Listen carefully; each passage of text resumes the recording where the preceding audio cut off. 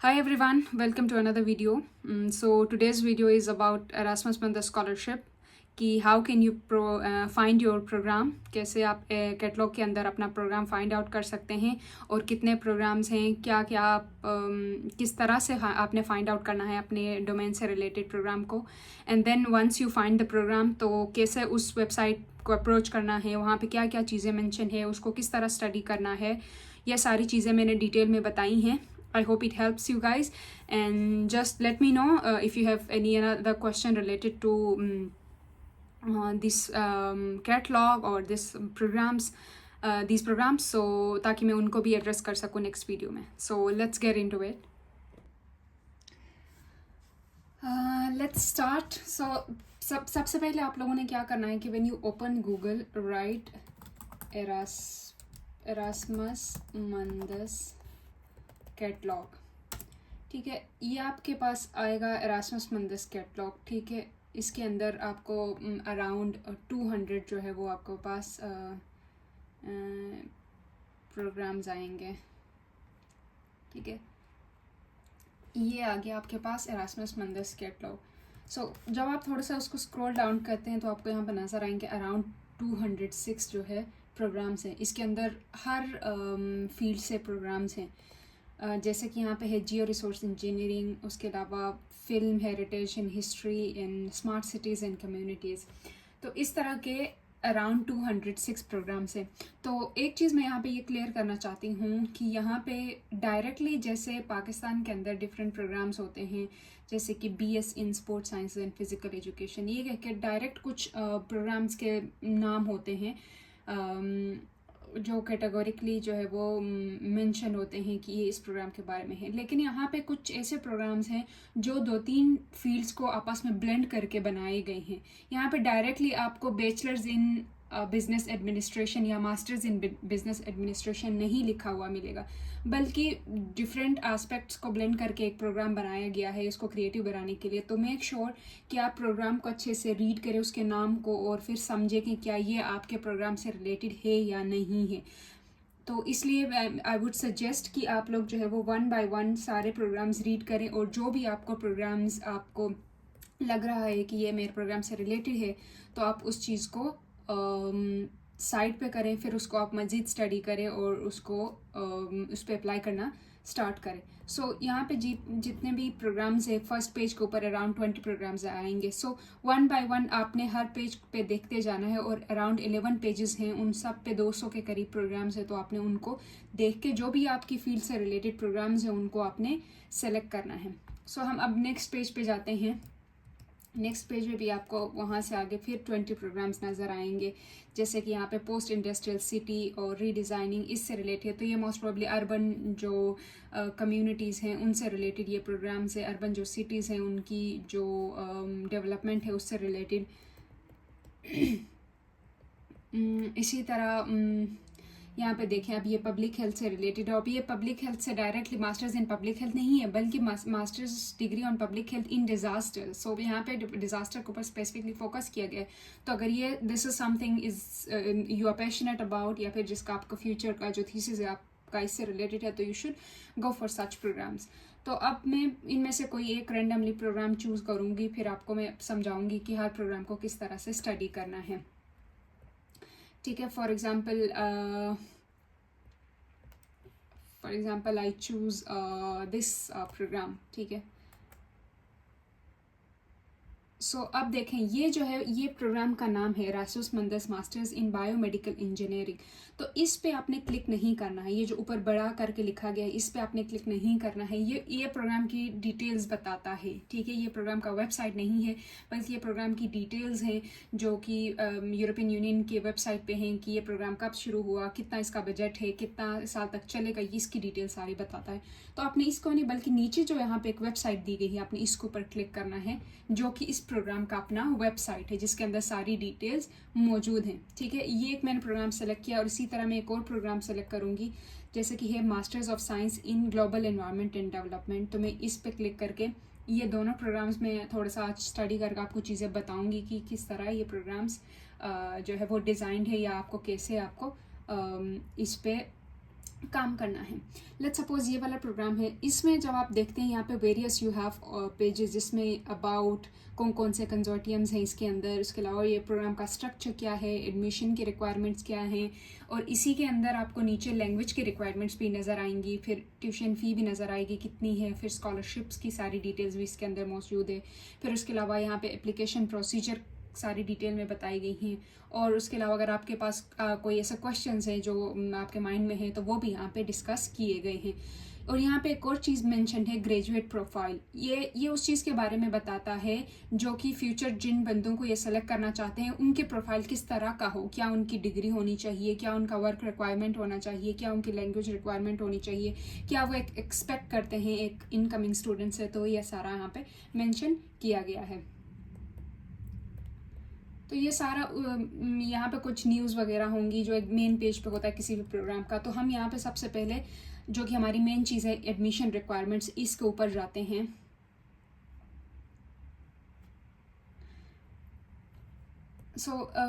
Admission requirement जब आप जाएंगे तो you will read each and everything कि आपको क्या जो है वो रिक्वायर्ड है। ये चूँकि इन्वायरमेंटल साइंस से रिलेटेड ये प्रोग्राम था, तो यहाँ पे एज आई सेड कि अगर आपका प्रोग्राम ये है और आपकी प्रीवियस डिग्री इन्वायरमेंटल साइंस में है तो you are obviously eligible to apply. But थोड़ा सा आपका हो सकता है कि प्रोग्राम थोड़ा सा डिफरेंट हो, तो तब भी यहाँ पे आपको ऑप्शन दी जाती है कि if your programme is indirectly relevant, for example अगर आपने थीसिस इस टॉपिक से रिलेटेड किया है, इस प्रोग्राम से रिलेटेड किया है, या आपका फ्यूचर जो थीसिस होगा वो इस प्रोग्राम से रिलेटेड होगा, तो तब भी आप यू कैन अप्लाई। ठीक है, यहाँ पे मेंशन है कि applicants with one of the following bachelors और professional bachelors degree automatically fulfils the academic requirement for admission to the masters MSc programme in global environment and development. तो ये जो तीन जो है वो वेरियस डिग्रीज़ हैं जिनमें जिसकी बेसिस पे आप अप्लाई कर सकते हैं।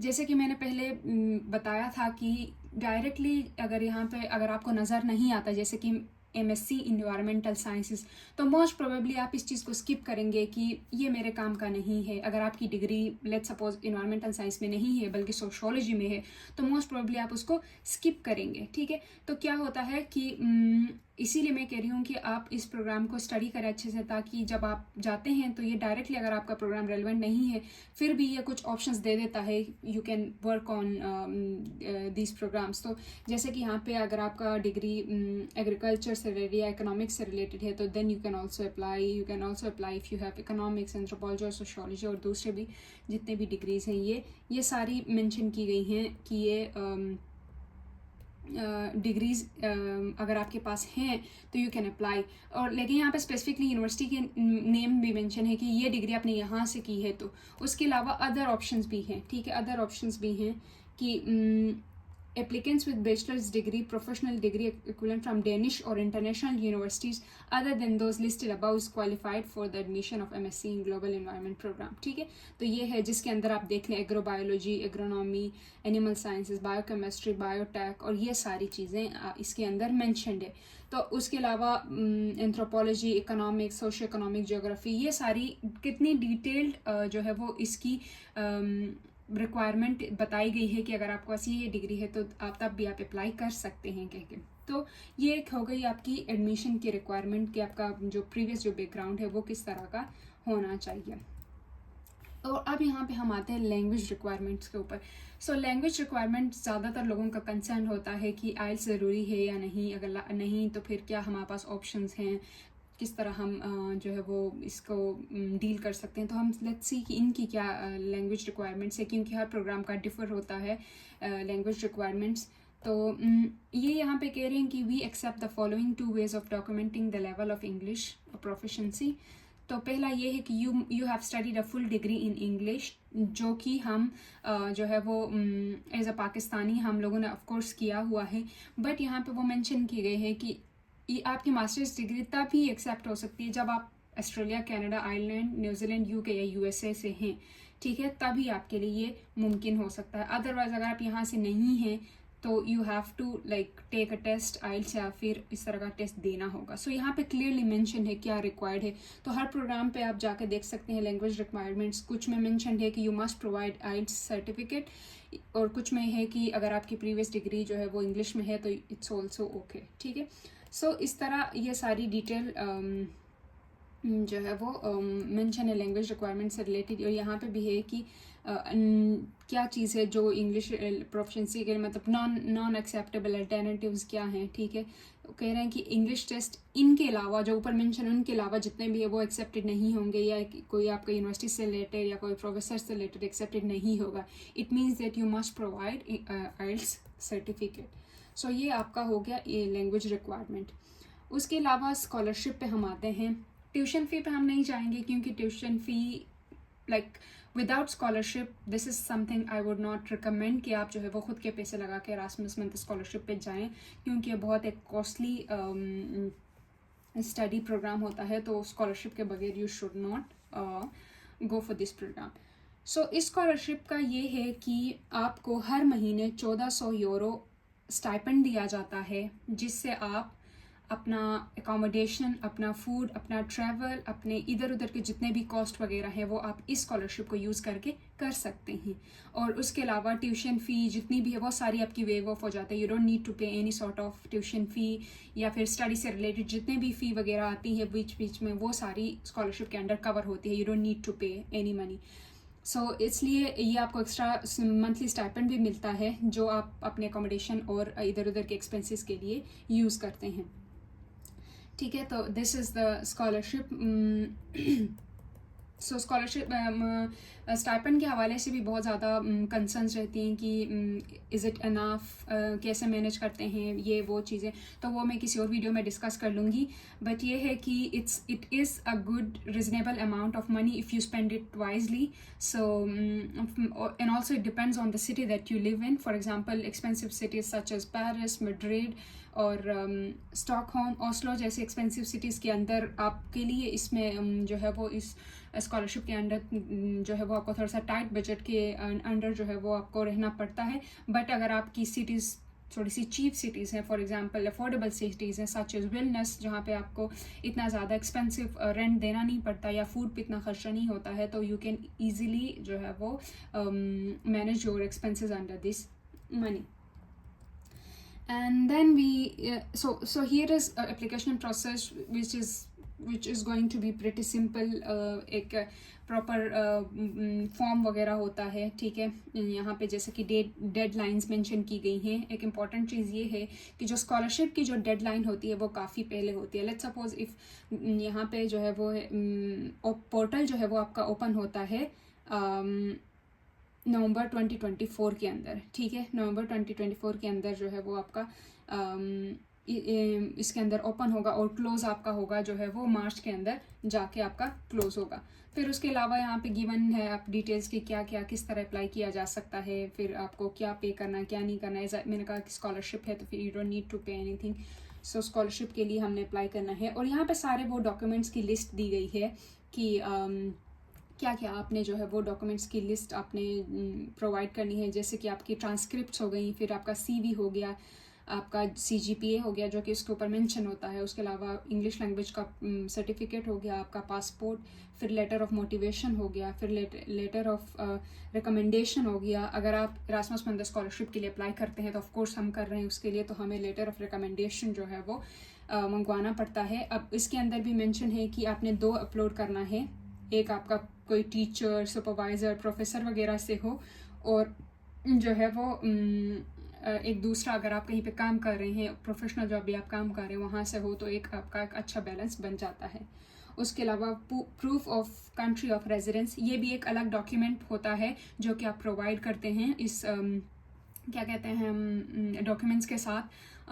ये हमारे जितने भी यूनियन काउंसिल्स होते हैं अपने लोकल, हम वहाँ से ईजिली जो है you can get this document. So these are very pretty simple easy process. तो आप यहाँ पे हर चीज़ अगर आप इस वेबसाइट को अच्छे से स्टडी करते हैं तो यू कैन ईजिली अंडरस्टैंड कि जो है वो व्हाट इज़ बीइंग आस्क्ड और something like that. And then lastly we'll go to the graduate profile. Let's see what's given here. So what I think is that कि यहाँ पे basically it is telling us about कि requirement क्या है एक इस programme से, एक जो भी इनकमिंग स्टूडेंट्स हैं उनसे क्या एक्सपेक्ट किया जाता है इसके बारे में जो है वो डिस्कस है। तो mostly it is shown why your motivation letter कि आप कितने पैशनेट है, या आपका प्रीवियसली बैकग्राउंड क्या था, आगे आप क्या करना चाह रहे हैं, ये सारी चीज़ें आप जो है वो आप रिफ्लेक्ट करती हैं आपके प्रोफाइल को। तो ये इसको अच्छे से व्हेन यू स्टडी, इसको अगर आप अच्छे से स्टडी करेंगे और अपने प्रोफाइल के अंदर इसको इनकलकेट कर लेंगे तो it will be a plus point for you. So अच्छे से इन चीज़ों को, इस पूरे वेबसाइट को स्टडी करें and then create your profile based on the program that you are applying to. ठीक है, अब यही प्रोफाइल जो आपने इसके मुताबिक बनाई है इसको आपने दूसरे प्रोग्राम में डालना नहीं है, उसकी अपनी रिक्वायरमेंट है, उसका अपना लेटर ऑफ मोटिवेशन है, उसका अपना जो है वो क्या है ना फ्यूचर प्रॉस्पेक्ट्स हैं, तो आप वो पूरा एक आपका डिफरेंट प्रोफाइल बनेगा। So that's it. अगर आपको फिर भी कोई क्वेश्चन है इससे related, let me know in the comment section, I will address whatever you want to know next. So that's it, thank you so much, bye.